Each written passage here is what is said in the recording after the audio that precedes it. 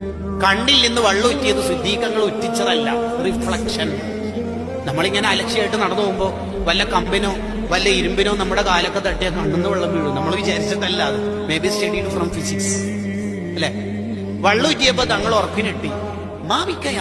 What happens, എന്ത് പറ്റി അബൂബക്കർ? ഉത്തരം രണ്ടെണ്ണ പറഞ്ഞത്. ഒന്ന് ചോദ്യത്തിന്റെ ഉത്തരം, രണ്ട് സിദ്ദീഖങ്ങളുടെ ഉത്തരം. ചോദ്യത്തിന്റെ ഉത്തരം എങ്ങനെയായിരുന്നു? എന്തോ ഒന്ന് കടിച്ചതാണെന്ന് തോന്നുന്നില്ലേ. ഒറിജിനൽ ഉത്തരം ഉറ്റിച്ചതല്ല നബിയെ, ഉറ്റിപ്പോയതാണ്.